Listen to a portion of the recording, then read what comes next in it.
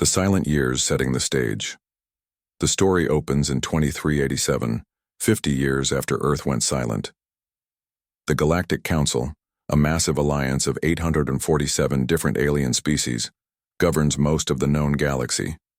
They remember Earth as a small, primitive world that joined the galactic community briefly before vanishing without explanation. The Council's Perspective Council records show that humans were considered weak and unremarkable. They had basic technology, short lifespans, and seemed to struggle with simple concepts that other species mastered easily. When Earth stopped responding to communications in 2337, most aliens assumed humans had destroyed themselves through war or environmental collapse, a common fate for primitive species. The Discovery Captain Rex, a veteran explorer from the reptilian, Vask species, leads a routine survey mission through the Old Terran sector. His ship, the Starbreaker, is tasked with cataloging abandoned systems for potential colonization. When they reach the Sol system, they expect to find dead worlds and space debris. Instead, they find something impossible. The Shock Earth's solar system has been completely transformed. Massive space stations orbit every planet. The asteroid belt has been converted into a network of mining platforms and shipyards. Most shocking of all, there are thousands of ships moving through the system. Ships using technology the Council has never seen. Rex's crew panics when their sensors detect energy signatures beyond their understanding. These aren't the primitive humans they remember. Whatever happened during the 50 years of silence has changed everything. First contact redux. When Rex tries to hail the nearest human vessel, the response comes instantly in perfect galactic standard. The human captain, Tom, speaks calmly and politely, as if nothing unusual has happened. He welcomes the Vask ship and offers to escort them to Earth. Rex notices something disturbing. Tom's ship moves without any visible propulsion system, and their scans can't penetrate its hull. The technology gap has reversed completely. The warning as they approach Earth, Rex sees a planet that defies belief. Gleaming cities float in the clouds. Ocean platforms stretch across entire seas. The moon has been hollowed out and converted into a massive fortress. This isn't the same species that left the galaxy 50 years ago. Tom's final words as they dock send chills through Rex's crew. "We're glad you found us, Captain. We've been waiting for someone to tell the Council that humanity is ready to rejoin galactic society. But this time, we'll be doing things differently." The return, the Council's disbelief. Rex races back to the Council chambers on Nexus Prime, the galaxy's capital world. His report seems impossible. Humans advancing centuries in mere decades. Technology that makes Council science look primitive. A military buildup that could threaten the entire galactic order. President Kalo, the elderly leader of the fish-like Aquan species, dismisses the report as sensor errors or hallucinations. Other Council members laugh at the idea of humans becoming a threat. They remember the weak, divided species that could barely manage interplanetary travel. The evidence Rex presents detailed scans and recordings, but the Council remains skeptical.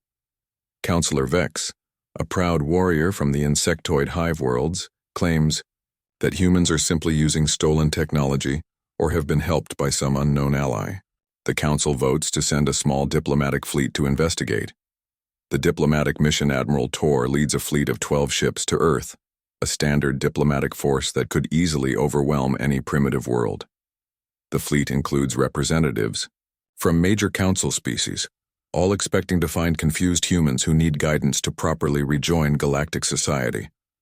When they arrive at Earth, they receive an immediate response. A single human ship, sleek and silver, approaches their fleet. It's smaller than any of their vessels, yet their sensors can't lock onto it properly. The demonstration captain Lisa greets the diplomatic fleet with perfect manners and diplomatic protocol. She invites them to follow her to Earth's orbital station for formal negotiations. Admiral Tor agrees, confident in his fleet's superiority. As they approach Earth, Lisa casually mentions that the humans have prepared a small demonstration of their technological progress. She activates something on her ship, and suddenly every weapon system in the Council fleet goes offline simultaneously. The aliens panic as their ships lose power, life support flickers, and navigation systems fail. Within seconds, they're completely helpless, floating in space. Lisa's voice remains calm as she explains that this is simply a defensive measure, a gentle reminder that Earth's security is no longer a concern. The new reality power is restored to the Council ships, and they're escorted to Earth's main orbital station. What they see there breaks their understanding of what's possible. The station is the size of a small moon, filled with technologies that seem to bend the laws of physics.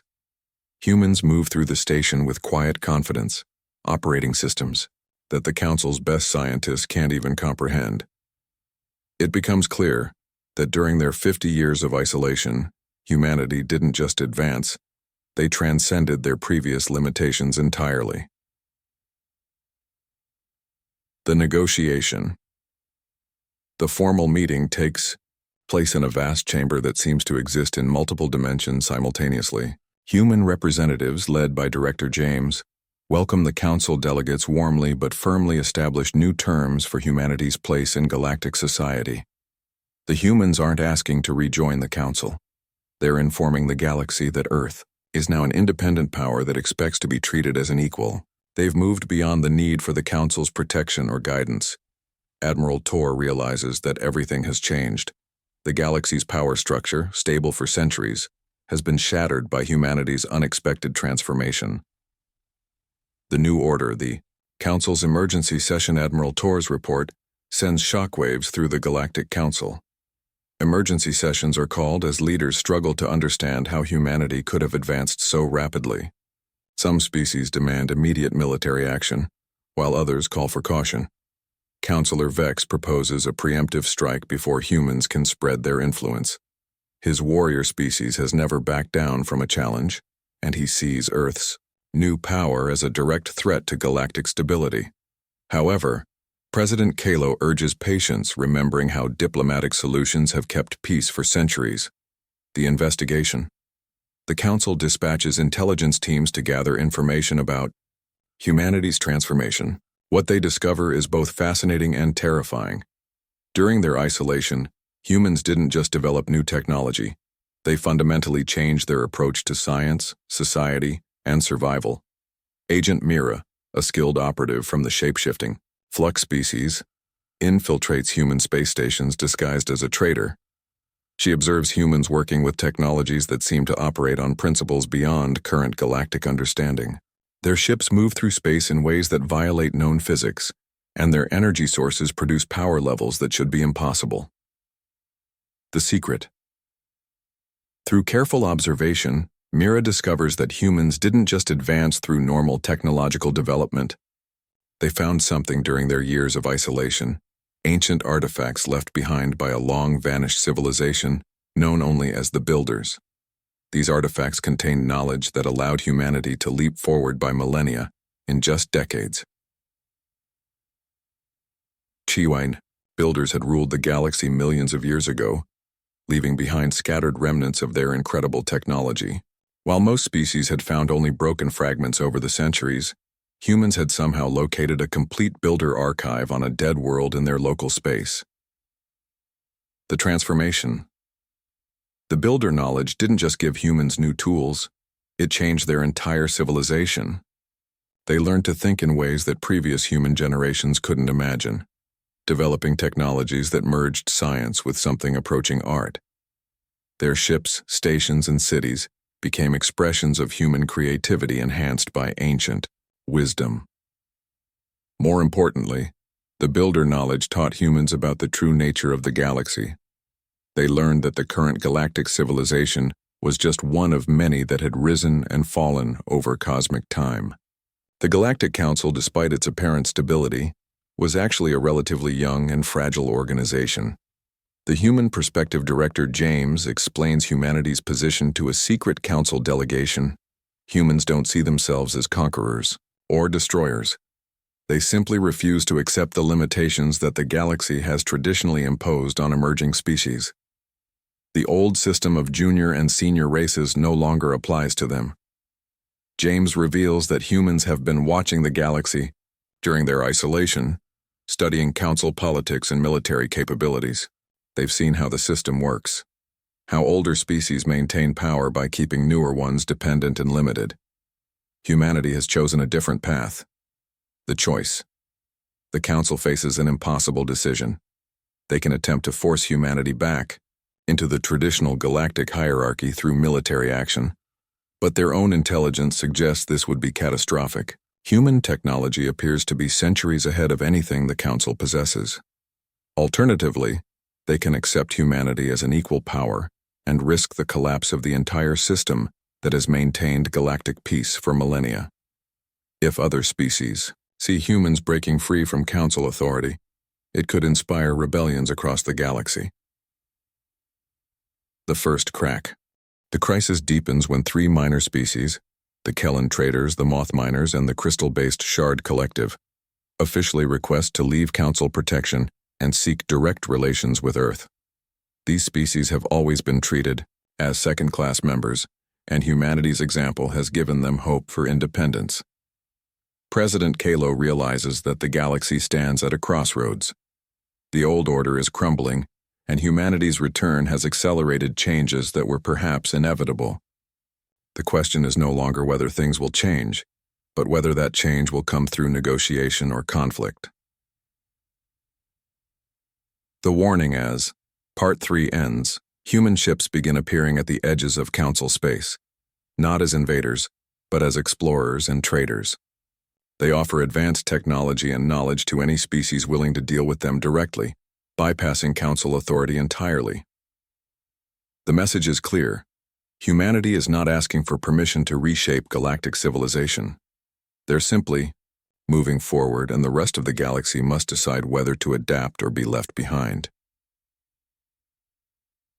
The test of strength, the Warhawks' Rise Counselor Vex's faction gains power as fear of humanity spreads through the Council chambers. The proud warrior species that built the galactic military see Earth's independence as a direct challenge to their authority. Vex argues that allowing humans to break free will destroy the Council's credibility and lead to galaxy-wide chaos. The Hive Worlds, the massive Titan Empire, and the aggressive Claw Federation form a military alliance. They convince themselves that humanity's technology, while impressive, cannot match the combined might of species that have waged war across the stars for thousands of years. The ultimatum. Against President Kalo's wishes, the Council votes to deliver an ultimatum to Earth. Humanity must submit to Council authority, accept limits on their technology, and allow Council inspectors to monitor their activities. If they refuse, the galaxy's combined military forces will enforce compliance. Admiral Tor leads a massive fleet to Earth, over 2,000 ships representing the military might of dozens of species. It's the largest armada assembled in Council history, designed to overwhelm any possible resistance through sheer numbers and firepower. The human response, when Admiral Tor's fleet arrives at Earth, they find a single human waiting for them. Captain Ben, aboard a ship no larger than a Council fighter, approaches the massive armada alone. His calm demeanor and polite greeting seem absurd in the face of such overwhelming force. Ben listens to the Council's ultimatum with apparent interest, then politely declines. He explains that humanity appreciates the Council's concern, but will continue to operate as an independent civilization. When Admiral Tor threatens military action, Ben simply nods and wishes them well. The demonstration of power. Admiral Tor orders his fleet to take defensive positions around Earth, beginning a blockade designed to force human compliance. Within minutes, every ship in the Council fleet loses power simultaneously. Their weapons go offline, their shields fail, and their engines shut down. The aliens float helplessly as human ships appear around them, not emerging from hiding but literally materializing out of empty space. The humans don't attack or threaten. They simply exist, demonstrating capabilities that make the Council's technology look primitive. The revelation. Captain Ben explains that the power shutdown was accomplished through quantum field manipulation, technology that allows humans to interact with the fundamental forces that hold matter together. He could have easily destroyed the entire fleet, but humans prefer non-violent solutions when possible. The human ships that appeared aren't using conventional propulsion or hiding behind advanced stealth. They exist in a state of controlled dimensional phase shifting, allowing them to step in and out of normal space at will. This technology makes traditional military tactics completely obsolete. The rescue. When several Council ships suffer life support failures during the power shutdown, human vessels immediately move to assist. They transfer crew members to safety, repair critical systems, and provide medical aid. The contrast is stark. The Council came to threaten and conquer, while humans respond with compassion and help. Admiral Tor realizes that his fleet is completely outmatched. The humans possess technology so advanced that the Council's military might is effectively worthless. More importantly, humanity's response reveals their true nature. They're not conquerors seeking to replace the Council's authority with their own. The new understanding as power is restored to the Council fleet. Ben offers a proposal. Earth will establish formal diplomatic relations with any species that desires them, but they will not submit to Council authority. Humanity is willing to share certain technologies and knowledge, but only with civilizations that approach them as equals. The offer comes with a warning. Humanity will defend itself against any future aggression using whatever means necessary. The gentle demonstration of power was a courtesy. Next time, the response might be less restrained. The choice Admiral Tor faces an impossible situation.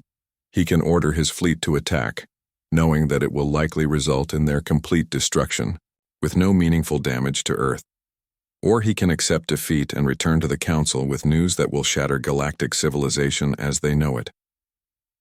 The decision is made when President Kalo arrives aboard his personal flagship. The elderly leader has come to witness the situation personally, and what he sees convinces him that the galaxy must adapt to this new reality. The negotiation. Kalo opens direct negotiations with Earth's leadership, bypassing the military confrontation entirely. He recognizes that humanity's transformation represents an evolutionary leap that cannot be contained or controlled. The old system of galactic governance must evolve or collapse. Director James welcomes Kalo's diplomatic approach and offers humanity's assistance in transitioning to a new galactic order, one based on cooperation between equals rather than dominance by senior species. The new galaxy, the paradigm shift. President Kalo's decision to negotiate directly with Earth sends shockwaves through the galaxy. For the first time in centuries, the Council's authority has been openly challenged and found wanting. Species across the galaxy watch as humanity's example forces a complete re-evaluation of galactic civilization. The warrior factions led by Councilor Vex refuse to accept this new reality. They withdraw from Council chambers, declaring that they will enforce the old order through military action. However, their threats ring hollow after the complete failure of Admiral Tor's massive fleet. The exodus, as news of humanity's capabilities spreads, dozens of species begin requesting direct diplomatic contact with Earth. The restrictions that kept younger civilizations dependent on Council protection suddenly seem unnecessary and oppressive. Why accept limitations when humanity has proven that rapid advancement is possible? The Kellan traders are the first to formally withdraw from Council protection, establishing an independent trade agreement with Earth. Human technology allows them to improve their ships and expand their trading routes beyond anything previously possible. Within months, they become one of the galaxy's most prosperous species. The technology exchange. Humanity begins sharing selected technologies with species that approach them as equals. The quantum field manipulators that disabled the Council fleet are adapted for peaceful purposes. Medical devices that can repair cellular damage at the molecular level, manufacturing systems that can create materials with impossible properties, and communication networks that operate faster than light itself. However, humans are careful about what they share. The most advanced builder technologies remain under strict Earth control, not out of selfishness, but because the knowledge requires a level of wisdom and responsibility that most species haven't yet developed. The Council's adaptation. Faced with the collapse of the traditional galactic order, President Kalo proposes sweeping reforms to the Council structure. Instead of a hierarchy based on age and military power, he suggests a federation of equals where species contribute their unique strengths to shared goals. The proposal faces fierce resistance from established powers, but the exodus of species seeking independence makes reform inevitable. The Council must evolve or become irrelevant as more civilizations follow humanity's example. The new alliances, Earth doesn't seek to replace the Council's authority with their own. Instead, they encourage the formation of smaller, more flexible alliances based on shared interests and values. The Kellen Traders, Moth Miners, and Shard Collective form the first independent species alliance, with Earth providing technological support and diplomatic backing. These new alliances operate on principles of mutual respect and cooperation rather than the traditional dominance hierarchies. Species that were previously marginalized find themselves with new opportunities and freedoms they never imagined possible. The transformation. The galaxy adapts to this new reality. Unexpected changes begin occurring throughout space. Species that gain access to human technology start advancing at unprecedented rates. The crystal-based Shard Collective develops new forms of quantum computation that even humans find impressive. The aquatic Kellen discover applications for dimensional phase shifting that Earth scientists hadn't considered. The galaxy begins to realize that humanity's greatest gift isn't their technology. It's their example of what becomes possible when a species refuses to accept artificial limitations. The wisdom of the Builder's director James reveals that the Builder archives contained more than just advanced technology. They included historical records showing that galactic civilization had faced similar transition periods before. The Builders themselves had once been part of a rigid hierarchical system that eventually collapsed under its own limitations. The archive suggests that galactic evolution follows natural cycles, periods of rigid order followed by revolutionary change that leads to new forms of organization. Humanity's transformation may be part of a larger cosmic pattern that has repeated throughout the universe's history. The future. As the story concludes, the galaxy has entered a new age of exploration and cooperation. The old council structure still exists but has evolved into something more flexible and inclusive. Species advance at their own pace without artificial restrictions, and the galaxy becomes a more diverse and dynamic place. Earth serves as a catalyst for change rather than a new galactic ruler. Humans continue to explore the Builder archives, uncovering knowledge that benefits all species willing to approach it with wisdom and responsibility. They've learned that true strength comes not from domination, but from lifting others up alongside themselves. The final message. The story ends with a message that humanity broadcasts to the entire galaxy. An invitation to join them in reaching toward the stars not as subjects or servants but as equals in the greatest adventure the universe has to offer. The galaxy forgot Earth, but Earth remembered the galaxy, and in doing so, helped it remember what it could truly become. The transformation is complete, but the journey has only just begun.